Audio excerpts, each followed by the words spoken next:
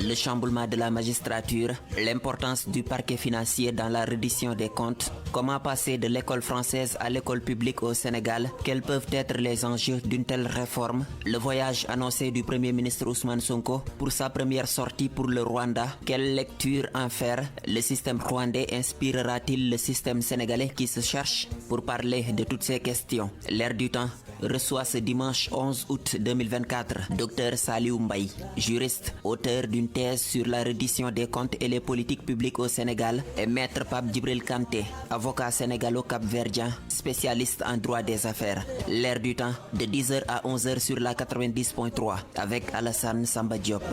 Dimanche 11 août 2024, bienvenue à l'Air du Temps. C'est avec grand plaisir que nous accueillons dans nos studios le docteur Saliou Mbaye, juriste, auteur d'une thèse de la reddition des comptes et les politiques publiques au Sénégal, et avec Maître Pape Djibril Kanté, qui est aussi avocat sénégalo-canadien, spécialiste des droits des affaires. Merci, messieurs, d'avoir accepté notre invitation. Vous le savez, cette semaine, il y a la réunion du Conseil supérieur de la magistrature. Beaucoup de décisions ont été prises, plus de 125 magistrats ont bougé. Certains ont été amenés à Tambacounda. La polémique enfle depuis cette décision qui a été prise. Saliou Mbaye, certains disent que cette décision qui a été prise, c'est pour sanctionner tous les magistrats qui ont trempé dans le dossier Ousmane Sonko. Vous partagez cette idée? Merci Alassane. Permettez-moi d'abord de saluer les Sénégalais, vos auditeurs et vos téléspectateurs ce matin. Alassane, il faut qu'on revienne sur un point important. Lequel? La nature de notre fonction publique. Le Sénégal a une fonction publique de carrière, par opposition à une fonction publique d'emploi. La fonction publique de carrière implique une différenciation entre la carrière, sinon une différenciation entre le grade et l'emploi. Ce système de carrière est un système hérité des Français. Absolument. Et qui date de 1834 avec Gouvion Saint-Cyr, qui disait aux officiers, gardez votre grade, l'emploi appartient à l'État. Donc, si le président de la République prend un décret et fait un chamboulement dans la magistrature, c'est une affaire normale. Tout à fait. Les magistrats, c'est des fonctionnaires. Ils ont leur grade, mais leur emploi est soumis à l'autorité du président de la République. Maintenant, si vous voulez, on peut revenir sur l'analyse politique, n'est-ce pas, que cela peut induire. Mais le principe est acquis, le président a fait ce qu'il doit faire. Et cette opération de chamboulement n'est pas la première, hein, elle a toujours existé. Donc c'est une activité naturelle du fonctionnement de la justice. Ouais, mais M. Kanté, l'analyse politique qui a été faite par beaucoup de Sénégalais, c'est qu'ils ont remarqué que tous les magistrats qui étaient trempés dans le dossier Sud Beauté et le dossier Mamba Niang sont amenés à Tambacounda. D'ailleurs, il y a des réactions à Tambacounda. Les Tambacoundois fustigent le fait qu'à chaque fois qu'on veut sanctionner un fonctionnaire, on dit Tambacounda comme si c'était un purgatoire. Merci Alassane de m'avoir invité aujourd'hui pour parler des questions qui concernent un peu le système judiciaire et qui importent beaucoup aux Sénégalais. Effectivement, le chamboulement qu'il y a eu au niveau de la magistrature a interpellé beaucoup de Sénégalais et c'est plus l'aspect affectation à Tambacounda qui a un peu été le plus commenté. La perception. Vous avez dit le mot, en matière de justice, la perception est la chose la plus importante. Et vous parlez de Tambacounda, moi je me rappelle quand je suis rentré au Sénégal pour la première fois, mon premier choix, mais personnel, c'était d'aller servir à Tambacounda.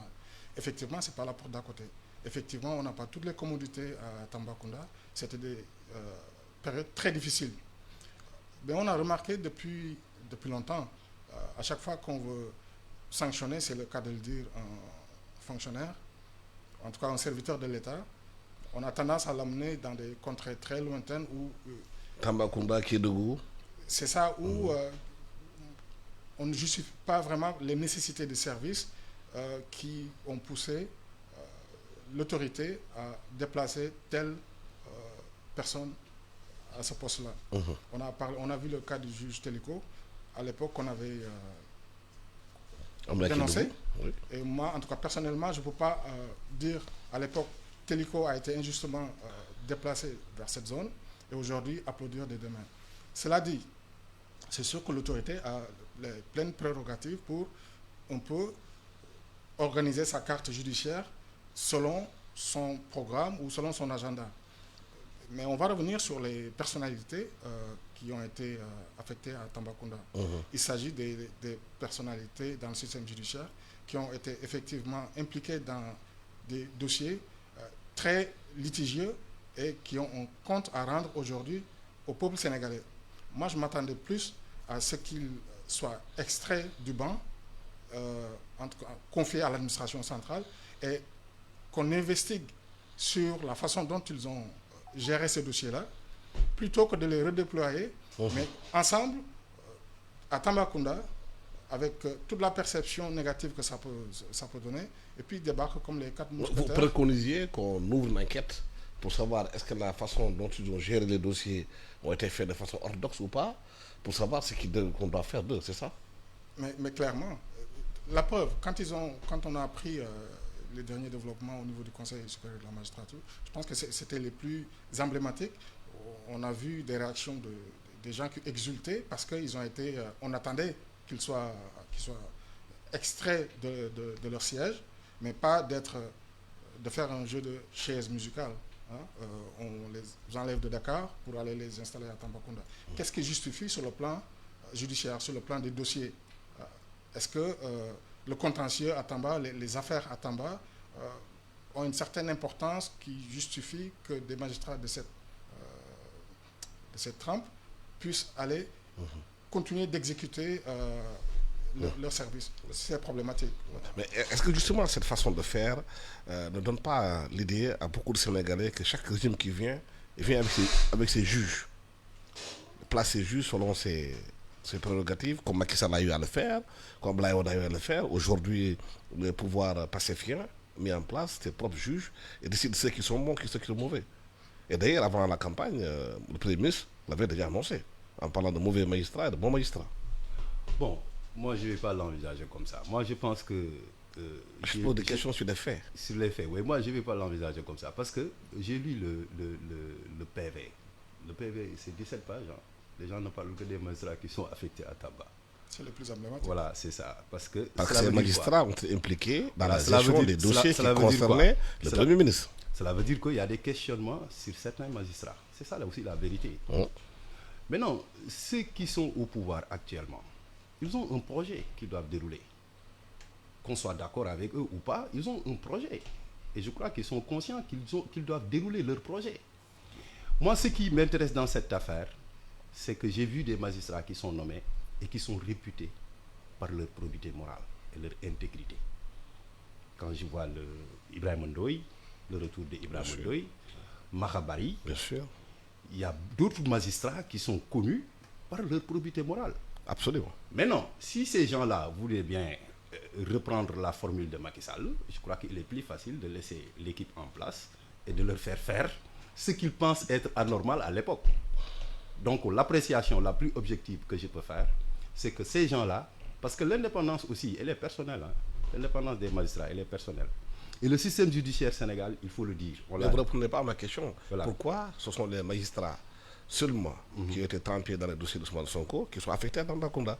C'est ça ma question. Parce qu'ils sont suspectés peut-être. Ah oui? Ils sont suspectés peut-être, c'est ça aussi la vérité. Ah bon? Ils sont suspectés. Ils étaient en connivence avec l'ancien pouvoir pour combattre un adversaire politique. Essayez des preuves qui ont été produites par rapport à ça. Non, je veux dire, ils sont suspectés. Je ne parle pas de preuves, ils sont suspectés. C'est des faits. Moi, je fais de la science politique. Les faits montrent qu'il y a des magistrats qui ont été appelés pour un dossier.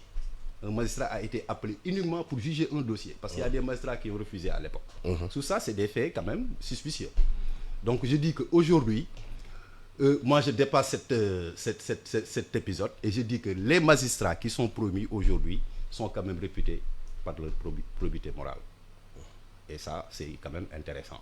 Maître Kandé, comment faire pour sortir de cette infernale? où à chaque fois que le régime se met en place entre guillemets ces juges, et l'opposition considère que ces juges-là sont commis pour les saquer, pour les massacrer. Pourquoi on est dans cette situation-là depuis pratiquement 1960, depuis Mamadou Dia jusqu'à aujourd'hui? Il y a une suspicion toujours que tel magistrat fait tel sale boulot. Pourquoi? Parce qu'on a hérité d'une culture administrative un peu coloniale, on va dire. Et puis peut-être qu'on n'a pas eu aussi le temps de véritablement faire les assises de la justice, quel type de système on veut. Et on a juste continué à utiliser l'instrument, l'outil que... Mais récemment, il y a des assises de la justice. Oui, mais je trouve quand même la période qui a couvert ces assises-là, à mon avis, c'était un peu juste. Pour moi, les assises de la justice auraient pu être beaucoup plus étendues, aussi bien sur le territoire que dans le temps, pour que les Sénégalais, parce que c'est leur justice. Donc il y a de la précipitation dans ça alors? Peut-être parce qu'aussi il y avait une urgence sociale, politique, qu'on se mette à table pour parler de la justice, compte tenu du contexte précédent, la période qu'on a traversée. Il y avait cette demande-là et puis il fallait une réponse assez claire, urgente de la part des autorités. Ça, c'est un fait. Mais je pense que c'est un processus continu où les autorités sont appelées à envisager des réformes et des propositions ont été faites, non seulement à travers ces assises-là, mais précédemment. Sauf que l'ancien régime peut-être n'avait pas jugé nécessaire de les appliquer. Mais on a beaucoup parlé des réformes de la justice et les idées sont là. Maintenant que la nouvelle équipe est en place, c'est à elle d'actionner les leviers. Mais encore une fois, cette tendance qu'on a à vouloir, comme dans un échiquier, placer ces hommes, effectivement, il faut, quand on a un agenda, quand on a un programme, c'est quoi le programme de la justice? Qu'est-ce qu'on veut? Qu'est-ce que le Sénégalais veut comme système judiciaire? Moi, je veux avoir confiance en juge. Je veux que quand mon dossier arrive, que je sois jugé de façon équitable. Je veux que mon dossier soit jugé dans un délai raisonnable. Mais ça se traduit par des politiques derrière. Juger dans un délai raisonnable, ça veut dire quoi? Ça veut dire avoir un système qui nous permet de pouvoir, du début de l'instant jusqu'à la fin, être dans une fourchette de temps qui ne va pas s'étendre sur 10 ans. Je pense que le dossier le plus emblématique, c'est le dossier de l'actuel maire, où son dossier a pris 10 ans. C'est pas normal, ce genre de choses-là. On ne parle pas de justice efficace en ce moment-là. On a besoin de justice efficace. On a besoin de savoir quels sont les critères de performance de la justice. Tout ça, je pense que ça a été un peu occulté par des dossiers un peu politiques. Et je pense qu'il faut arriver à... On peut clarifier le débat. Qu'est-ce qui est urgence? La réforme de la justice, ce n'est pas juste les magistrats. C'est tout un système. C'est l'efficacité de la justice, c'est la qualité de l'administration de la justice, la qualité du travail même du juge et la perception. Et la perception, elle est hyper importante en matière de justice. Et c'est pour ça que ces 4 personnalités qui ont été affectées à Tambacounda provoquent un peu le tollé, parce que la perception que le public a de ces magistrats est, on va le dire, très très mauvaise. Pourquoi on va les enlever du banc à Dakar et aller les installer à Tambacounda? Pourquoi le justiciable de Tambacounda n'aurait pas le droit d'avoir les juges les plus performants au-dessus de tout soupçon, qui n'ont jamais eu à tremper dans quelques dossiers que ce soit? C'est ça la véritable question à mon avis. Dans ces réformes, on a vu que le parquet financier a été installé. Il a été installé depuis longtemps, mais aujourd'hui, il y a eu des nominations de juges qui vont gérer le parquet financier. Et dans la reddition des comptes, il est important le parquet financier. C'est des juges aguerris qui doivent aller fouiller la gestion de tout Sénégalais ou bien de toute personne qui aurait eu à gérer le denier public. Quelle est l'importance du parquet financier dans ce dossier? Bon, le parquet financier est vraiment un grand progrès, Alassane. Moi, j'irais même jusqu'à dire que c'est le couronnement du dispositif global de reddition des comptes. Parce que Sénégal, de l'indépendance à nos jours, la reddition des comptes a un dispositif qui existait et qui était performant du point de vue matériel. Au niveau horizontal et au niveau vertical. On dit au niveau vertical, c'est la hiérarchie. Au niveau vertical, c'est les corps de contrôle de l'État qui faisaient leur travail convenablement. Mais in fine, quand les rapports seront déposés devant l'autorité, c'est là où se trouvait le problème. Oui. Aujourd'hui, avec le parquet financier, je crois que cette question-là sera réglée. Comment? La reddition des comptes sera exactement effective. Parce que le parquet financier, aujourd'hui, est doté de compétences et de ressources quand même consistantes qui lui permettent de faire son travail convenablement. N'est-ce pas? Parallèlement, effectivement, aux juridictions de droit commun, il n'y aura pas de problème. Le parquet financier va s'occuper effectivement de la délinquance économique et financière. Moi, je crois que c'est une très bonne réforme. Et j'ai suivi les débats avec le professeur Ismaël Madior Fall quand il présentait la loi au niveau de l'Assemblée. C'est aussi le constat, n'est-ce pas, et la reconnaissance que la CREI ne pouvait pas prendre en charge la question de la délinquance économique et financière. C'est une loi qui date de 1981, qui n'était plus adaptée, n'est-ce pas, aux réalités économiques et sociales de notre pays. Donc il fallait la changer et créer effectivement ce pool financier et judiciaire, que je trouve vraiment être un progrès juridictionnel, un progrès démocratique et un progrès vraiment social pour effectivement la lutte contre la corruption et les infractions connexes. Ouais. Par le Sénégal, on considère qu'il y a beaucoup de dossiers qui sont sur la table des juges ou des autorités. Parce qu'il y a eu les fonds Covid, les enquêtes qui ont été faites, il y a eu les enquêtes de la Cour des comptes. Et après, à la fin de la journée, ils se disent, mais à quoi servent ces dossiers s'ils ne vont pas jusqu'au bout? Parce qu'il y a des délinquants à col blanc qui se promènent dans ce pays-là, qui ont des milliards dans leur poche, et qu'on n'arrive pas à savoir qu'est-ce que ça devient. Est-ce que le pôle financier, le parquet financier, vous pensez, sera efficace pour faire aboutir ces dossiers? Je pense que oui. Je pense que mon collègue Saléou l'a bien expliqué. C'est un parquet qui a déjà une plus grande expertise dans le domaine de la criminalité financière. Donc ils vont avoir une lecture beaucoup plus large, beaucoup plus affinée des situations litigieuses, conflictuelles, etc. Mais c'est, comme il dit, c'est vraiment l'aboutissement d'un processus. Et c'est quelque chose qui a été demandé. Vous savez, le parquet financier, il y a quelques années, peut-être n'aurait pas été pertinent parce qu'au niveau de la criminalité financière, ce n'était pas aussi développé.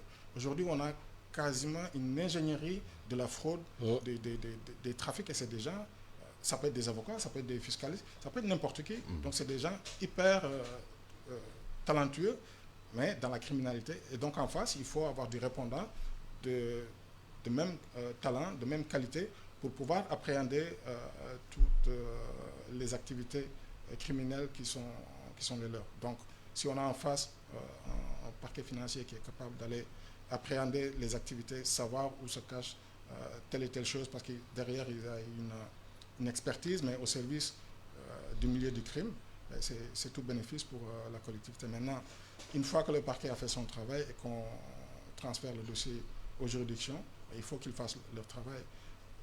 Maintenant, est-ce qu'ils vont transiger? Parce que l'idée aussi, ce n'est pas juste de les prendre, de les mettre en prison et de courir derrière des sommes qu'on n'est pas capable d'aller chercher. Mais si on est capable de coincer un criminel en col blanc, on va dire... Parce que dans le dossier des biens mal acquis, la question s'est posée. Il y a le point d'expertise d'aller chercher les comptes qui sont été mis dans peut-être des pays, des paradis fiscaux, des comptes offshore, où peut-être les juges n'ont pas l'expertise qu'il faut pour aller démêler les chevaux. Mais c'est pour ça que les juges, lors des procès, ont besoin d'experts qui viennent expliquer comment le montage d'un tel dossier financier a été fait. C'est ce que je disais tout à l'heure. Les contrevenants, les délinquants, ils ont avec eux dans leurs équipes des trentaines d'avocats, des centaines d'avocats, des fiscalistes, des comptables qui sont capables de faire un jeu d'écriture, de dissimuler des comptes, de faire des comptes offshore. Nous, on appelle ça dans nos jargons le voile corporatif. C'est-à-dire qu'on est capable d'aller cacher des sociétés dans un écheveau totalement inextricable pour le juge qui, lui, ne connaît que le droit, on va dire. Et puis, à l'audience, quand le délinquant va venir s'expliquer, il va amener son expert à lui, il va raconter son charabia au juge, il va peut-être rien comprendre. Or, le juge, il a besoin de faits, il a besoin de preuves irréfutables. Et donc, quand on a en face des gens qui parlent le même langage, qui connaissent les mêmes outils, qui sont capables d'aller trouver comment vous avez fait ce montage pour sortir l'acte délictueux, c'est important pour le système judiciaire de pouvoir mettre la main sur ce type de pratique et surtout d'avoir le répondant qu'il faut au niveau du parquet financier. Je pense que la réforme actuelle est très, très appréciée et venue à son heure parce que l'évolution du monde aussi le veut. De plus en plus, on va aller dans une criminalité beaucoup plus fine, beaucoup plus affûtée. Maintenant, les gens ne parlent plus de fraude fiscale, mais on va parler d'optimisation fiscale. Mais même dans ce jargon-là, qu'est-ce qui est optimisation et qu'est-ce qui est fraude? Parfois, la ligne est très mince. Donc, il faut vraiment avoir des gens très, très affûtés pour pouvoir démêler les chevaux. Est-ce que ce n'est pas, Saliou, le grand défi du parquet financier, d'avoir des outils, de chercher ce qui est caché avec des gens qui sont experts dans tout, la dissimulation, dans l'optimisation financière qu'on vient de dire, Maître Kanté. Est-ce que les gens auront des outils pour faire ce travail-là? Parce que ça demande des moyens aussi. Hein? Oui, ça demande des moyens et je crois que c'est un défi quand même qu'ils peuvent relever. Parce qu'aujourd'hui, on a des magistrats qui sont spécialisés dans un domaine. Ils vont se faire former. Tout à fait. Ils vont avoir effectivement des experts à leur disposition parce qu'ils savent ce à quoi ils s'attendent. Ils vont voir des dossiers quand même très compliqués. Et je crois que la justice, le magistrat, il est formé pour effectivement exercer un métier de droit. Ce n'est pas un financier. Mais si aujourd'hui le Sénégal, l'évolution nous a permis d'avoir un pool financier et judiciaire, on va vers la formation de nos magistrats. Les magistrats dédiés seront formés aux subtilités des finances pour pouvoir effectivement faire convenablement leur job. Mais ça demande beaucoup d'expertise, des gens qui cachent des comptes offshore dans des paradis fiscaux. Mais il faut faire des délégations, aller sur place, faire des enquêtes. De tout le temps, la justice, de manière générale, a toujours effectivement fait appel à des expertises externes de la justice pour appréhender et apprécier certains dossiers. Ça, c'est dans la justice. C'est pourquoi les experts et tout sont des auxiliaires de la justice. Maintenant, pour cela, il faut que les magistrats maintenant soient formés, n'est-ce pas, à quelques métiers des finances pour pouvoir faire face à la délinquance économique et financière. Je rappelle que vous suivez l'Air du Temps, qui reçoit le docteur Saliou Mbaye, juriste et auteur d'une thèse sur la réduction des comptes et des politiques publiques au Sénégal, et maître Djibril Kanté, qui est avocat sénégalo-canadien spécialisé en droit des affaires. Le deuxième point de notre débat, c'est par rapport à cette polémique autour de l'école. On a vu l'histoire du voile, les débats qui ont tourné autour de ça. Il y a aussi récemment une sortie au niveau de Touba par rapport à l'école française. Comment peut-on passer au Sénégal, l'école française, à une véritable école publique? Je pense qu'on est déjà dans une école publique. Maintenant, c'est quelle école publique? Française. Oui, on a hérité du système français, l'école de Jules Ferry. Et c'est ça qui continue jusqu'à présent. On essaie de greffer un peu au gré de l'évolution sociale. D'autres types d'écoles, ça a beaucoup changé. À un moment, le public était complètement submergé. Donc, le privé est venu un peu en renfort. Quand même, ils font une mission de service public d'éducation. Ce que l'État n'est pas capable d'absorber, le privé est en train de le faire. Est-ce que tout va bien? Est-ce qu'il y a des frictions? Oui. Maintenant, il appartient aux gens, aux acteurs, de communiquer, de parler et puis de poser le problème en toute franchise. Dernièrement, la question du voile, ça revient assez régulièrement maintenant, mais je pense que c'est un débat qui est comme une continuité du débat français. Il y a quelques années, on ne connaissait pas ce type de débat dans notre pays.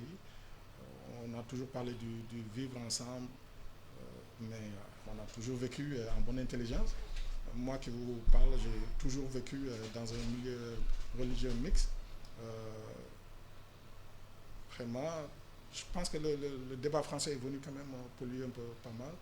Et je peux comprendre, est-ce que c'est une question d'identité? Parce que, est-ce que le fait, on va parler du voile, crûment, est-ce que le fait qu'on ait des jeunes filles qui décident, selon leurs convictions religieuses, de porter le voile, est-ce que ça incommode les établissements en question? Qu'est-ce que ça fait? Parce que le but de l'établissement, c'est quoi? Dispenser un enseignement. Est-ce que le port du voile entre en conflit avec l'enseignement qu'on dispense?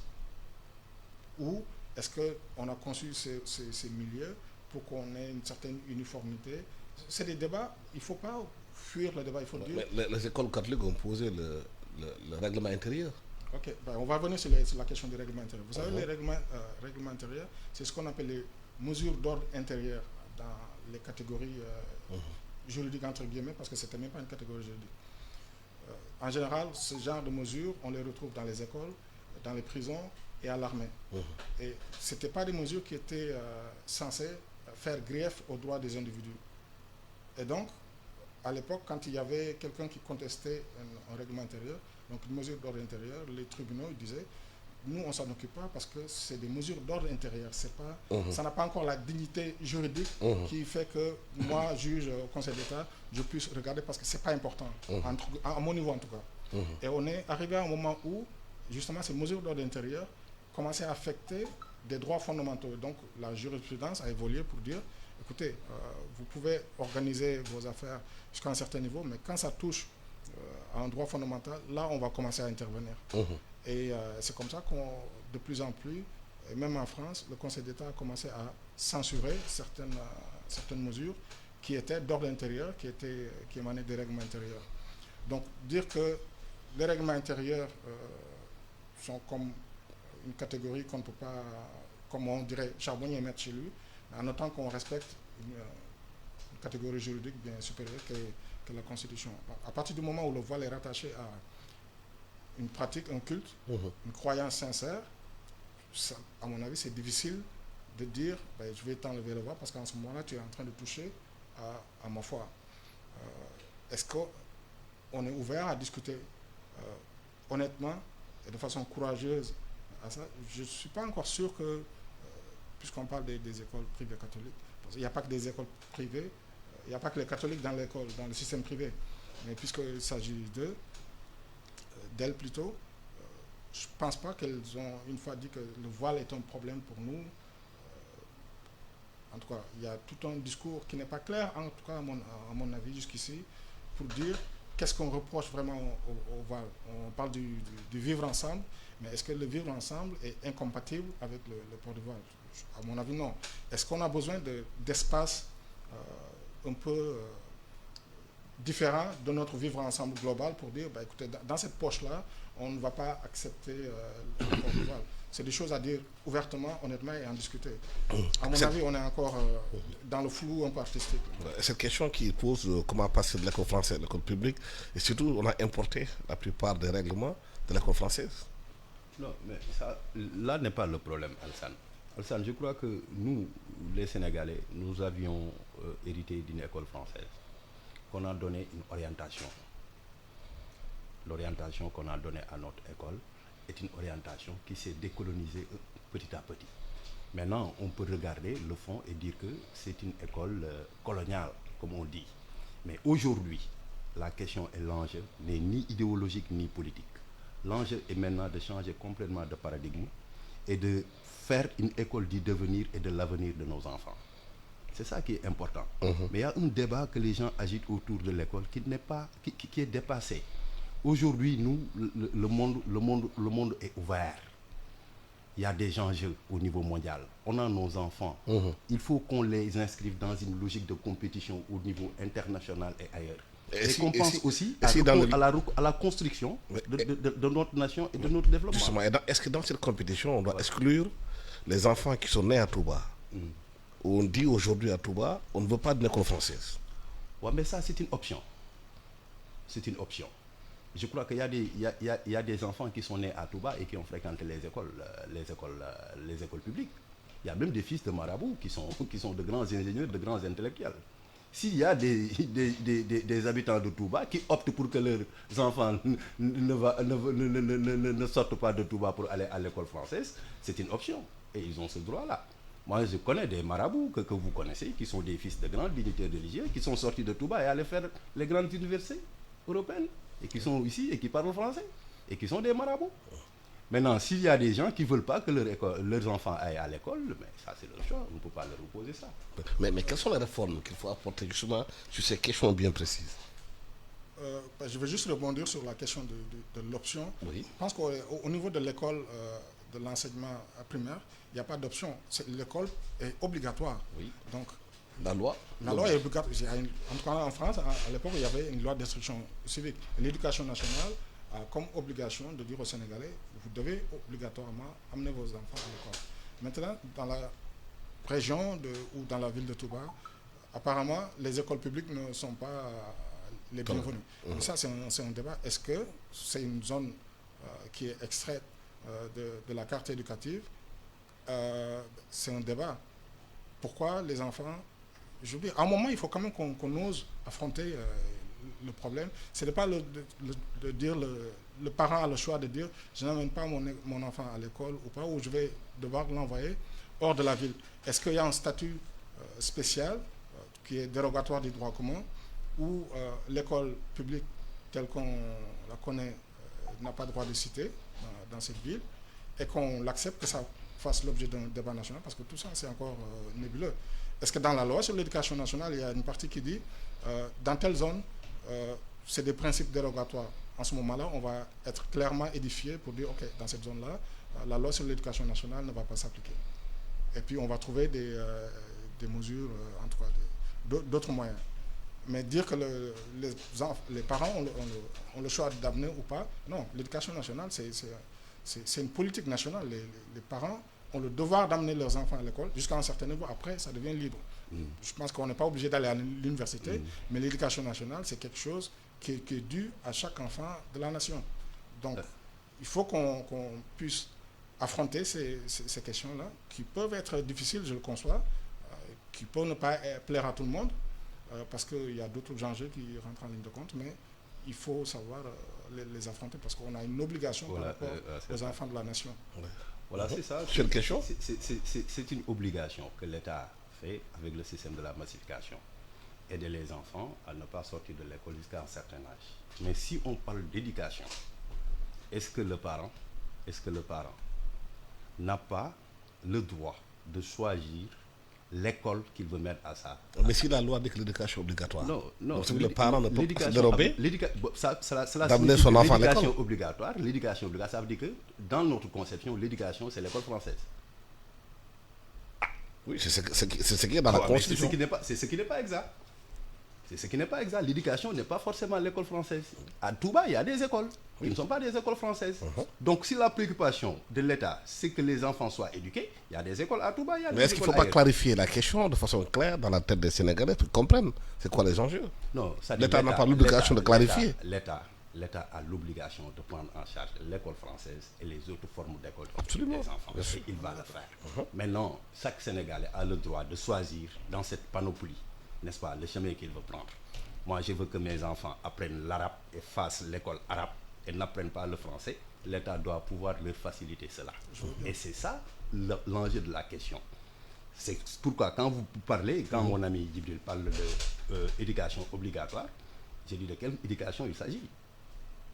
De quelle éducation il s'agit? Parce que aujourd'hui, la formation, par exemple, qui n'est pas française, la formation à l'arabe. Et vous savez, Al-Sad, qu'il y a des ingénieurs qui sont formés. Bien sûr. Il y a des juristes qui connaissent. Et qui avaient un problème à un certain moment d'être insérés dans le système éducatif. Les diplomates dans le système administratif. Voilà, dans le monde arabe. Les feux Ian Thiam et tout, c'était des arabophones. Maintenant, il faut qu'on repense notre système éducatif en essayant de ne pas exclure, d'organiser les Sénégalais suivants. Parce qu'on a une culture. Parce que l'école française, elle est là depuis longtemps. Mais avant l'école française, il y avait des écoles qui formaient nos élites. Il faut qu'on revienne à cette orthodoxie. Que l'État ne cherche pas à dire que l'éducation obligatoire, c'est le français. Non, ça, c'est pas ça. L'éducation, elle est large. Et les premiers pionniers de l'éducation ne sont pas issus de l'école française. Mais est-ce qu'il ne faut pas clarifier justement ce débat-là de façon claire, que l'État clarifie des choses pour qu'on puisse les comprendre? Oui, à travers une loi sur l'éducation nationale. Dire, voici le programme d'éducation nationale qui est déployé au Sénégal. Ça peut se décliner dans le programme classique français comme arabe ou autre. Mais ce que je ne comprends pas, c'est qu'on dise, dans telle zone, l'école publique, telle qu'on la conçoit, n'a pas droit de citer. Là, à ce moment-là, le parent qui a l'obligation d'amener son enfant, il n'a pas l'option, il ne va pas dire je vais à l'école privée ou à l'école coranique ou à l'école publique. Il a juste une école où il peut amener son enfant. L'idée, c'est de dire, voici la panoplie, les options que je vous donne, mais l'idée, c'est que l'enfant doit obligatoirement être éduqué. C'est ça. Après, maintenant, au fil de son éducation, je pense qu'il y a des passerelles qu'on peut créer entre les différents systèmes qui vont parvenir à une forme d'équivalence des diplômes ou des compétences. C'est à l'État de l'organiser. Mais il ne faut pas qu'il y ait un cloisonnement, ou en tout cas un îlot où il n'y a qu'un seul type d'école qui est concevable et non les autres. Ou alors il faut le dire clairement, que les gens sachent que dans tel endroit du Fouta, il n'y aura que tel type d'école. À tel endroit, à Touba, il n'y aura que tel type d'école. En ce moment-là, est-ce qu'on parle d'éducation nationale? Parce que quand même, il faut une politique assez uniforme et équilibrée sur tout le territoire. C'est ça la dimension, je pense, sur laquelle il faut insister. Absolument. Le Sénégal est-il à l'école rwandaise?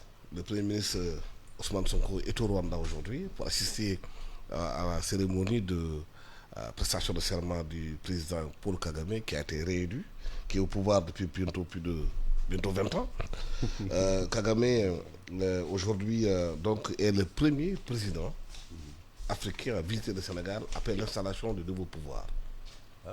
Après l'installation du nouveau pouvoir, c'est le premier président africain à venir rendre visite avec le match de basketball qu'il y avait ici au Sénégal, entre autres. Comment peut-on analyser cette visite du président, du Premier ministre Ousmane Sonko au Rwanda? Bon, d'abord, il faut dire que le Premier ministre est parti pour représenter le président de la République à la cérémonie de prestation de serment du président Kagame. Bon, au-delà de ça, je crois que vous avez évoqué le mot, vous l'avez lâché, le mot modèle. Moi, je crois que le Rwanda, c'est un modèle. Le Rwanda est considéré comme le Japon de l'Afrique. Parce que quand vous lisez le livre de Boubacar Boris Diop, Murambi, le livre des ossements, ce qui s'est passé au Rwanda, c'est pathétique. Et malgré cela, le Rwanda s'est relevé. Et aujourd'hui, c'est un modèle. Donc je crois que le Premier ministre Ousmane Sonko, s'il peut s'inspirer du modèle rwandais, on ne dira pas non. N'est-ce pas? Je crois qu'il y a des aspects positifs du modèle rwandais qui peuvent être reconduits au Sénégal. Je vois par exemple les histoires de nettoyage. Au Rwanda, c'est systématique. Et c'est d'ailleurs l'une des villes les plus propres, c'est la capitale rwandaise. Les gens le disent, la ville la plus propre de l'Afrique, c'est pratiquement la capitale rwandaise. Donc ça, c'est des choses qu'on peut prendre du Rwanda. Je crois que Rwanda, pour vous dire Al-Sal, c'est vraiment un modèle. Parce que c'est un pays qui a un leader qui a su quand même amorcer des choses qui ont donné leurs fruits. Et aujourd'hui, le Rwanda est non seulement économiquement viable, mais il y a aussi le maintien du tissu social. Il y a la paix au Rwanda. Un pays qui était quelques années auparavant en guerre, en déchirure. Et aujourd'hui, il y a une stabilité et un président, un leader qui donne le ton. Je crois que c'est un bon modèle. Monsieur Maître Kanté, est-ce que le Rwanda est un modèle démocratique? À mon avis, non. Je veux dire, c'est un pays, je pense dernièrement, les résultats de l'élection présidentielle n'avaient rien à envier au score du Soviet suprême. Donc, je ne pense pas qu'on peut parler de modèle démocratique en parlant du Rwanda, surtout quand on connaît son implication dans la région des Grands Lacs, au Congo. Je pense que quand on parle de panafricanisme, il y a quand même une sorte de distorsion du concept quand on veut présenter le leader rwandais comme un modèle ou un chantre de la démocratie. Non, personnellement, je ne le prends pas comme un champion de la démocratie. Avec des scores comme ça, clairement. Peut-être l'élection a été pas contestable, mais peut-être son type de leadership aussi ne permettait pas l'éclosion d'une opposition. On a connu des opposants qui ont été assassinés, persécutés. Même hors de Rwanda. Exactement. Jusqu'en Afrique du Sud. Jusqu'en Afrique du Sud. Il y a des dossiers même au Canada où des gens ont été persécutés jusque là-bas. Donc, on ne peut pas véritablement, objectivement parler de modèle démocratique. Maintenant, il y a des aspects un peu au niveau de gestion de la cité dont on pourrait s'inspirer.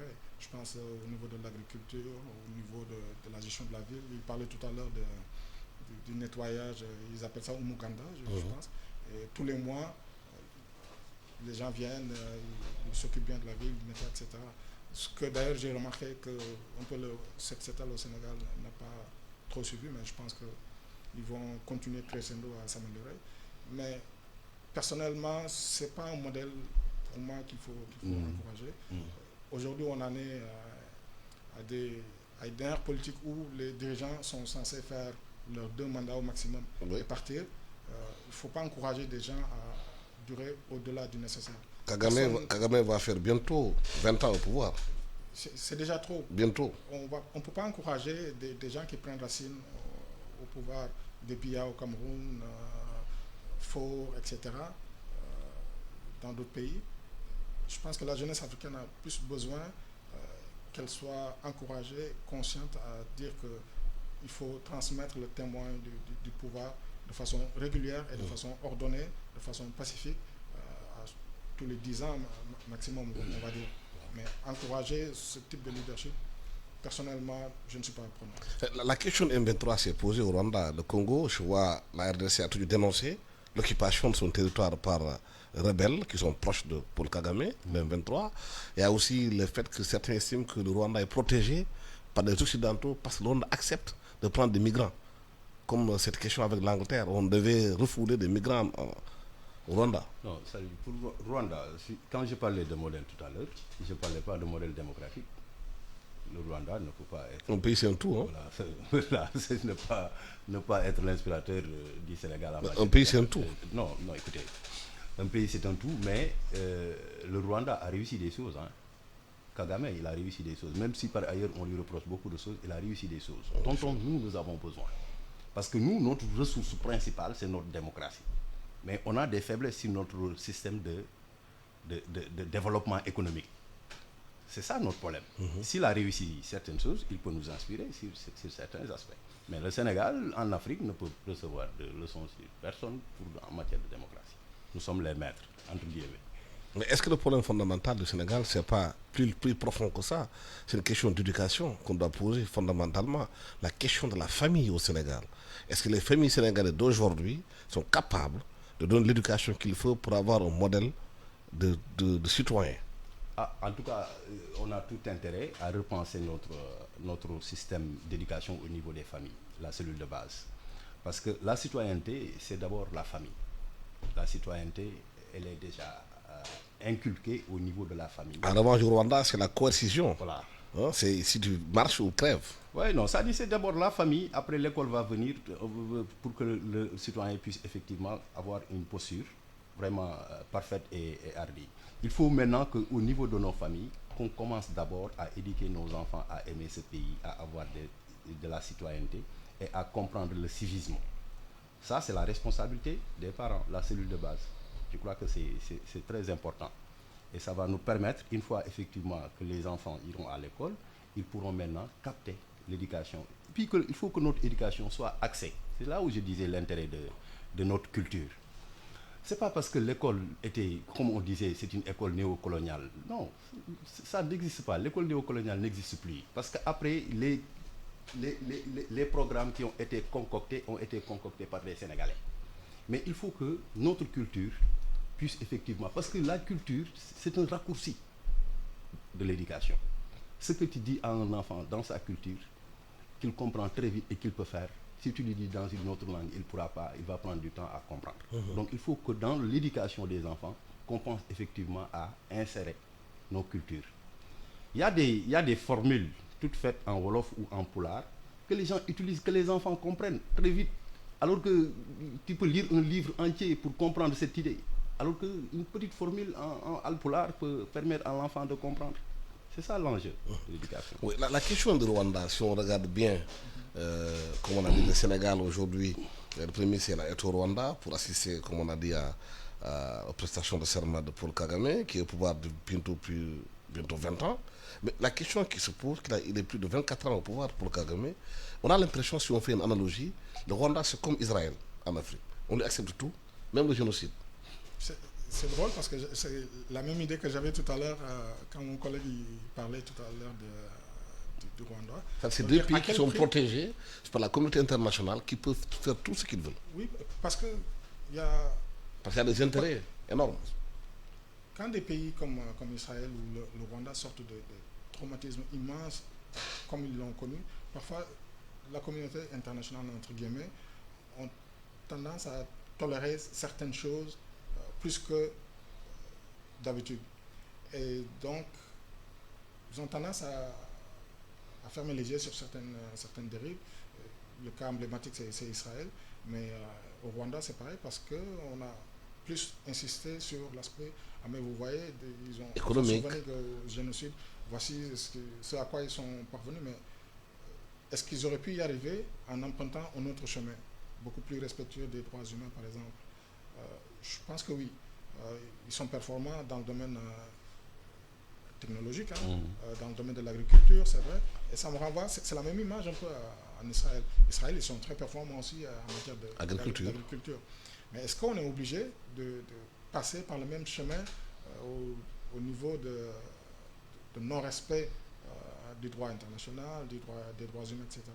Tout simplement parce que c'est des peuples qui ont vécu le génocide. Je pense qu'on aurait pu emprunter d'autres chemins pour arriver à peu près au même résultat. Est-ce que vivre le génocide vous donne le droit de pratiquer le même génocide sur d'autres peuples? Absolument pas. Palestiniens, par exemple? Absolument pas. Moi, à un moment, il faut dire les choses honnêtement et franchement. C'est pas parce qu'on a vécu une situation qu'on a survécu et puis on se dit, écoute, maintenant j'ai carte blanche pour faire la même chose. À chaque fois qu'on va me parler, je vais sortir ma carte de victime et dire, écoutez, moi j'ai subi tel traumatisme. C'est pas une raison. Au contraire, je pense que la charge morale est beaucoup plus pesante sur les épaules de l'ancienne victime qui a traversé cette épreuve, plutôt que de l'utiliser comme armure, comme argument pour combattre d'autres personnes. Le silence de la communauté internationale sur ce qui se passe au Rwanda, ce qui se passe aussi avec Israël, est très frappant. Et surtout, le silence de l'Afrique dans tout ça. Bon. On entend peu de voix africaines dénoncer ce qui se passe à Gaza. Ouais, mais il faut qu'on soit quand même sérieux sur cette question-là. Je crois que j'ai dit tout à l'heure que Rwanda peut constituer un modèle de développement économique sur bien des aspects, mais pas un modèle démocratique. Maintenant, entre l'efficacité économique et la démocratie, il y a un choix à faire, n'est-ce pas? Mais c'est un pays qui est utilisé aussi, comme d'autres pays, par l'Israël pour d'autres finalités que nous regrettons. Et que les Africains, aujourd'hui, ont tout intérêt... C'est-à-dire, à votre avis, l'efficacité économique s'accompagne de la dictature, c'est ça? Non, je ne le dis pas. Ça, c'est des concepts de sciences politiques que, vous le dites que la démocratie ne nourrit pas. C'est une conception, ce n'est pas ma conviction. C'est une conception que les gens développent. Ils parlent que est-ce que la démocratie, elle est importante? C'est une question, est-ce qu'elle est importante ou... La liberté n'est pas importante. Mais les gens parlent de l'efficacité économique, c'est-à-dire la survie des humains est plus importante que la démocratie. Il y a ces conceptions qui sont véhiculées. Nous n'avons pas ces problèmes-là parce que nous connaissons la démocratie et nous la vivons bien. Mais c'est un débat. Mais c'est jamais un acquis. La démocratie n'est jamais acquise. Absolument. Je pense que mon ami est très optimiste sur le niveau ou la qualité de notre démocratie. Je pense que juste les périodes qu'on a traversées devraient nous ramener à plus de modestie et justement reconsidérer qu'est-ce qu'on avait vraiment, comment un pays qu'on pensait quasiment à l'abri de ce genre de tourment au niveau de la démocratie a pu brusquement tomber dans cette situation. Pourquoi ça a été aussi facile pour l'ancien régime de nous ramener à cette situation? Pourquoi nos institutions qu'on pensait solides se sont effondrées aussi rapidement? Et ça revient à la question de la magistrature du système judiciaire. Est-ce que si le système judiciaire avait tenu son rang, avait l'indépendance structurelle qu'il fallait, est-ce qu'on aurait pu arriver à cette situation-là? Je pense que non. D'où l'importance de la réforme fondamentale de la justice. En profondeur. Absolument. Éviter les réformes. Alsan, permets-moi de terminer avec Maître. Notre système démocratique est un système solide. Parce que la solidité d'un système démocratique se mesure en fonction des contradictions qui naissent de son fonctionnement. Si dans son fonctionnement, ce même système peut résister aux dysfonctionnements qui la secouent et qui font qu'il y a une crise, et à partir de cette crise, cette démocratie renaisse, c'est ça. Mais est-ce que ce système peut anticiper, en fait, qu'on n'arrive pas là, qu'il y ait autant de morts qu'on non, arrive à cette on ne peut pas situation. anticiper. La démocratie, c'est un système qui est fait de contradictions. Il faut qu'il y ait des contradictions et des affrontements. Mais que ces affrontements et ces contradictions puissent, in fine, créer une symbiose et une convergence sur les points sur lesquels nous ne sommes pas d'accord. Le temps que nous y imparti est terminé. Merci. Mais notre démocratie, elle est solide. Hein? Juste auteur d'une Parce qu'on a beaucoup amélioré. Voilà, non, améliorer. Parce que la démocratie est une œuvre jamais au Sénégal. Merci à Maître Djibril Kanté, qui est avocat sénégalais, canadien, spécialiste en droit des affaires. Abdou Salam Kane disait dans son journal La Liberté, même si elle ne suffit à rien, rien ne vaut sans elle. Bon dimanche à tous. À méditer la technique, Nicolas Sambodio. Bon dimanche.